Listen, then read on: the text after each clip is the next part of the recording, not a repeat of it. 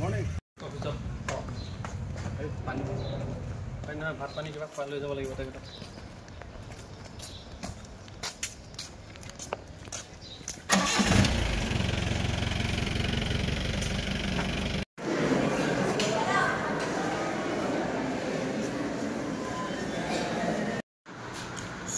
সবিনয় দাস আচ্ছা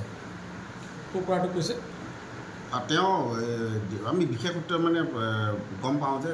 কোনোবা মানে তেওঁ মানে এনেকৈ চোৰাংভাৱে মানে চন্দন কাঠ অলপ লৈ আহিছে বুলি আমি খবৰ পাওঁ এইটো আমি বাছত যেতিয়া বাছখন আমি যেতিয়া আমি তালাচি লওঁ তেতিয়া 29 কেজি চন্দন কাঠসহ তেওঁক আমি আটক কৰোঁ আৰু আটক কৰি পেলাই আমি অধিক তদন্তৰ কাৰণে আমি কাৰ্যালয়লৈ লৈ আহোঁ আমাৰ এতিয়া একো ডকুমেণ্টছ নাই সেইকাৰণে তেওঁক আমি এতিয়া মহামান্য আদালতলৈ আমি প্ৰেৰণ কৰিম